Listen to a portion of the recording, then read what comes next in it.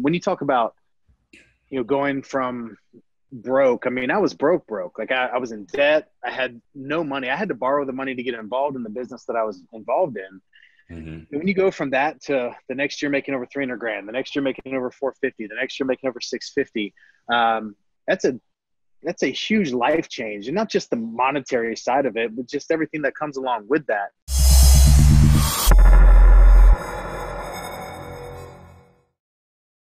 Hello, I'm Matt Theriault at Epic Real Estate, and welcome to another episode of Thought Leader Thursday. So today I'm joined by the owner and operator of Motivation Kings and co-host of the Sales Wolves podcast and the Breadwinner podcast. And in the last 3 years, he's gone from unemployed to $650,000 a year by waging war on personal change. And since January of 2017, he has gone from 0 to 49 million in weekly reach on social media, and he has begun to document, or as he began to document, his life as a way to pay it forward and provide value with zero expectation of anything in return from his audience. And this year, his mission is to go even deeper into showing what it takes to perform at a high level day in and day out. So please help me welcome to the show, Mr. Tyler Harris. Tyler, welcome to Epic Real Estate Investing. Man, I am absolutely glad to be here. Yeah, glad to have you. Before we get into what's going on right now, I was wondering, in the last 3 years, you went from the zero to this remarkable accomplishment. What was happening just before that, and what had you be unemployed and had to start there? So life happened. Life happened to me. As it does. Different things. I went through a bad divorce. I went through a bad termination from a job. And I think it was the culmination of those two things that really put me in a position where I had lost all confidence. I had lost the willingness to go all in again and have it taken away from me, which is what happened in my marriage and which was what happened in my career at that time. And so it took me down this path of just playing the victim, quite frankly, playing the victim and feeling content with having people feel sorry for me, and going from sales job to sales job, never really buying in, never really putting 100% effort in, and using that as my excuse to when it didn't work, either being fired or quitting, that, of course it didn't work because I wasn't trying. If I had tried, then of course I would have crushed it. But I hadn't gone all in, and used that honestly for about a 2.5 year period. It was a pretty bad place mentally, physically, just all together. And then everything changed. Met some mentors that came into my life at that time. And like you said in the awesome intro, waging war. I love that phrase, waging war. It was really waging all out war and really auditing the things that were coming in and completely changing the things that were going out. And so it was a culmination of those mentors, that process of waging war on personal change, and then finally going all in on a new business venture that culminated in the transformation of the last 3 years. Got it. Okay, so this new business venture, tell me what is that all about and what inspired you to start there? So I sell life insurance, and it's so funny. I talk so much about social media these days, and the common question people have is, well, what if I just don't do stuff that's all that interesting? And that's always my response. Like, I sell life insurance. There's nothing interesting about selling life insurance, but we've built a system around selling life insurance with a very narrow niche that we serve that's enabled us to do an insane amount of volume. So that's what that's enabled me to do. Was in that time period where I had lost confidence, I had lost that ability or willingness to go all in. It was a very highly transactional environment that they put me in. Right. Very instant gratification, sell a policy, get a commission, sell a policy, get a commission. That became an addictive process for me to where the average insurance agent in the United States that actually does it full time sells somewhere between 120, 150 policies a year.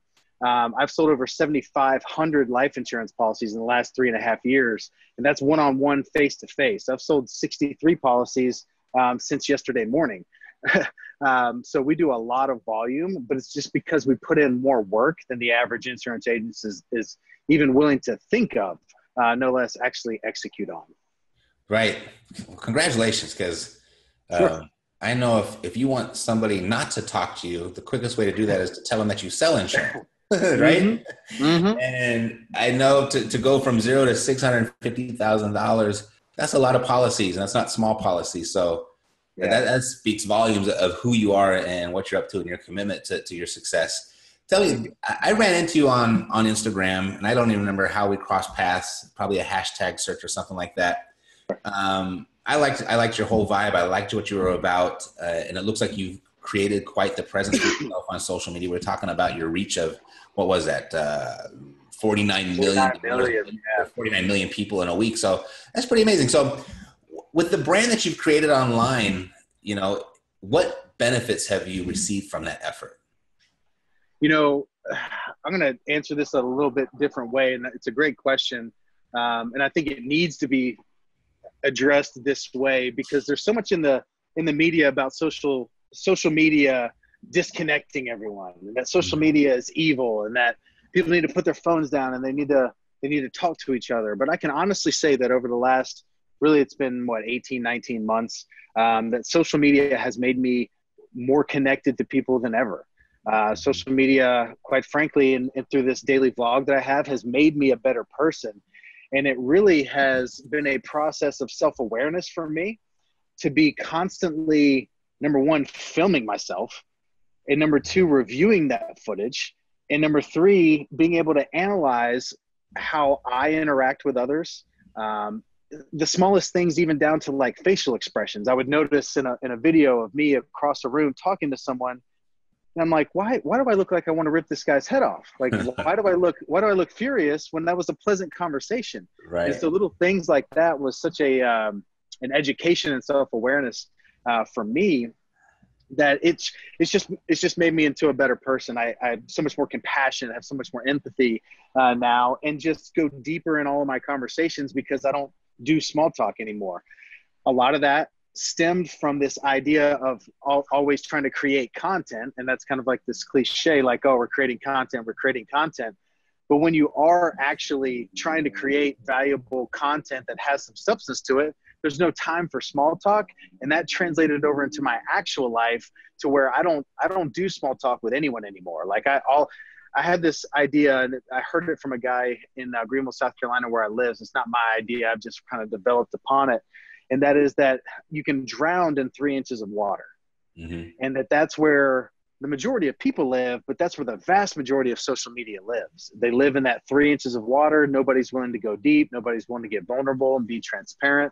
And I just decided and made that decision that I was going to go deep in every conversation that I had and every interaction that I had. And the results have been awesome, not just from a engagement and reach and that kind of stuff, because again, I haven't monetized anything on social media whatsoever up to this point. But just my overall fulfillment in my life and the relationships that I have, it's just made me a better person all around.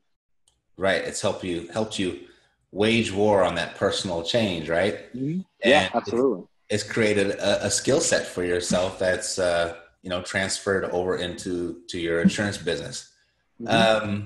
So what's in the future? Where do you see what's next for you inside of the social media environment? What's next for you? Do you plan on collapsing together? I mean, what do you see for your future based on what you've accomplished thus far? It's a difficult question. I only ask the tough questions. Yeah, no, I mean, it's so funny. My life has gone through quite the transformation over the last 4 years. I mean, when you talk about, going from broke, I mean, I was broke. Like I was in debt. I had no money. I had to borrow the money to get involved in the business that I was involved in. Mm-hmm. And when you go from that to the next year making over 300 grand, the next year making over 450, the next year making over 650, that's a huge life change, and not just the monetary side of it, but just everything that comes along with that. Sure. And so over the last, 6 months or so, every time I'm asked that question, I've used this answer really as an excuse, but honestly, it's my reality right now, which is, what's the long-term play on this? Where do you want to be 5 years from now? Where do you want to be 10 years from now? And I've always said that I don't want to really put a label on it, mm-hmm. because I know down inside that where I could be right now, I can't really fathom what that looks like. So for me to put a label on it now is kind of like playing small, as though I'm now building to that, which I can now understand, but I don't think I can truly understand now where this could end up going. That's also a huge excuse just not to get specific with my goals. Politician. Yeah. But to be quite frank with you, I really don't know what it's going to turn into. I know that recently I've made a gigantic shift. And so I had this thought process from the beginning, and it's not my thought process. It was just really playing out the blueprint that Gary Vaynerchuk has laid out so well of this disproportionate value and adding value. And, whoever can hold their breath the longest wins, and really taking that to the extreme. And I knew that in social media, for the person that's, makes 50,000 to, let's say, 250,000, if they want to go out and they want to learn something or just be motivated, inspired, there's really two people online that they can go to. There's the multi-millionaire that has an infrastructure built around them, like the Gary Vee of the world, that it's unrelatable, or even just the lifestyle that at that time is unrelatable. And then there's the other person, which is the person that's faking like they're that. Mm-hmm. There was very few in between that were actually showing the process of how to get there. And so what I knew was, okay, over the last 3.5, 4 years, I've done something pretty unique, pretty interesting, and not there yet. So why don't I start documenting at a insanely high level now and take people on that journey with me as I level up and level up and level up. And the goal is to still be relatable, because hopefully bringing people along with me. Right. But at the very least, having those people have seen the whole process, having seen the over 400 Facebook Lives I did last year when I was on the road 238 nights, having seen all of that, and that I would remain relatable always. And that was super important to me. But the transition that I've been through here recently is that this idea of not monetizing, I hired a coach for the first time ever. And this coach just kept asking me, why are you doing what you're doing? All this stuff on social media. You've got a daily vlog. It's 5 days a week. You've got 3 different podcasts. You've got all these different pages, all this stuff. Why are you doing this? And I kept saying legacy. It's my legacy. Mm-hmm. I've got a daughter. It's doing it for my daughter. And the fact that this conversation that we're having right now, it's documented forever. Like, how cool would that be for me to be able to sit down and watch videos of my dad when he was my age? That's the legacy I'm going to leave behind. But he kept on asking why. And I'm literally about 11 hours into sitting down with this coach, he said, all right, I'm going to take a break. I'll come back in 20 minutes. Just kind of write down what you're feeling. So he came back after 20 minutes, and I read the top of my page. And the top of my page, it said, what kind of legacy am I really leaving if my daughter's going to have to watch these videos to hear the things that I should be telling her in person? Because the reality is I did spend 238 nights in a hotel last year. I'm gone 3 to 4 nights a week. So what type of legacy am I really leaving? There's this idea of this legacy you leave for your family. That's kind of like when you're gone. But what legacy are you leaving in your family while you're still here? And so I've made a big transition in my life just over the past 3 months, and getting way more focused at home, and really simplifying a lot of my life. And it's been a huge improvement just in satisfaction and just the joy that I have and happiness and fulfillment. I've spent more time with my wife and child in the last 2 months than I've spent in the last 2 years. And that's not really an exaggeration. It's probably way more than that. And so I'm in a really good place right now mentally, and with my relationships. And now I'm trying to figure out a scenario that I can keep that at that level while also increasing my production, increasing my income, increasing my revenue streams that are coming through to enable me to live this lifestyle that I've now grown to appreciate so much over the short term. Mm-hmm. It's awesome. So what that looks like, I don't know. I've got a book coming out that's called Sales Wolves, based on our podcast. I've got a project called the Self-Awareness Project coming out. That's a profiling assessment tool that I found. That's like taking every Strength Finders, Myers-Briggs, DISC, all that, putting it on steroids and putting it in one place. The printout's like a 75-page autobiography that when you read it, it just absolutely blows your mind. I'm going to be releasing that soon. Releasing kind of a local-based format called GVL Hustle, which is going to be a part of a local hustle brand where we're doing meetups in local towns and creating a kind of a private Facebook group ecosystem around that, just to bring like-minded people like myself, like yourself, together, but on a smaller scale, like in smaller sized towns and cities, which is pretty easy for us to scale. So a lot of things like that I'm using to hopefully start leveraging my time and start monetizing all this time, effort, energy, and quite frankly, money that I've spent on building this social media over the last 18, 19 months. Right. It's great. Yeah. When all that's ready, let's come back on the show. Let's talk about it. Let's share it with everybody.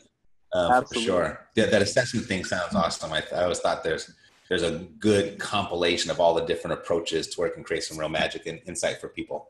The question was, so you've built a really large social media following, done it in a relatively short period of time. What do you think's the 2 or 3 key things that you focused on that has resulted in that, has produced these types of results? Sure. I think in the first year, like I said, I did over 400 Facebook Lives. So I built my primary initial audience on Facebook just because I liked it better. I liked the fact that you could do live and it could stay there forever instead of Instagram, which at the time was 24 hours, or now is 24 hours. At the time was non-existent. I just liked that. I liked being able to have that, what felt like a two-way conversation with multiple people there, even though those multiple people were like my friend from high school and mom at first, and then just grew steadily over time.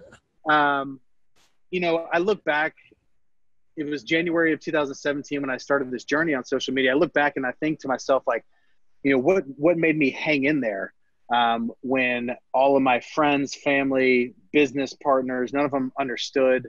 A lot of them made fun of me. Just no one really got, like, why is this guy doing this, like what we're doing right now, all the time, spending probably 6-7 hours a day on top of the 16, which doesn't even work out mathematically, that I was spending selling 3,000 life insurance policies a year, doing all this stuff. And quite frankly, I don't know what kind of kept me in the game other than what had been just bored into me by listening to every single piece of content Gary Vee has put out, and just understanding that this next 3 to 5 years was the largest land grab that will ever exist. So Facebook Live was huge. And then it was just building that content distribution strategy from taking a, you know, hour-long video, being able to break that into multiple posts, being able to break that into vlog content and podcast content and Instagram story content, and really understanding the elements of that. I'm a creative person. And so for me, that was the part that I actually enjoyed, was getting to actually use some of my creativity and not just sitting there in insurance sales robotic mode. But I think, you know, that's huge. One thing that I've noticed, and this will be a little bit more tactical for people, everyone wants to tell you how Facebook video with ads and all that is the way to go. I just completely disagree. Everyone says Facebook video, you got to do video, that's the way to go. To grow your presence, I completely disagree. And I'll tell you why. To me, when you're putting some ad spend behind a video, whether that video is a minute long or whether it's an hour long, someone's got to stop scrolling. They've got to click on it. They've got to spend however much time that you want them to spend on it. And what is really a 10-second view when it comes to the analytics, I have no idea. Right. But they've got to then close out of that video, remember to like it, remember to comment, remember to share. And all that takes so much freaking time. For me, when I completely transitioned out of putting ad spend behind videos, which I rarely do anymore, and put it all behind the specific post, like a picture with a quote, whether it's a meme, but just something where they can instantly, as they're scrolling, they see it, they get it. They either like it or they don't like it, but there's that instant reaction of commenting, sharing, and liking that happens so much more than it does to me, at least with my content on videos. The key there is, and I don't know why, but most people just don't know this, is going back and inviting every single person that's liking those posts to like your page. There's a certain maximum that you can reach every day on that. I don't know what it is. It's some weird, sometimes it's like 75 you can invite. The next day it's like 10. The next day you can't do it. It's probably has to do with the number of outstanding invites. But once you hit 100,000 on Facebook, you lose the ability to do that anymore, which is a brutal, brutal awakening. But I would always run ad spend on certain posts that I knew did well, and would just use those as a farm to go back and always do the max invites every single day. That's what enabled me to grow that Facebook page to over 100,000 in the first, I think it was like 10 months on Facebook, was just by that strategy. The way I would pick those posts to put ad spend behind, and this is, I don't know if it's, backed by actual data, but for me it worked, was the number of shares to the likes. I always wanted to be 50% or higher shares to likes. That was the ratio that I would look at. So I'd post something, check it a day later. If it had 200 likes and it had 125 shares, that's something that I'm going to start at, $10 a day, and then increase until it falls below a certain performance that I'm looking for, and just roll with it.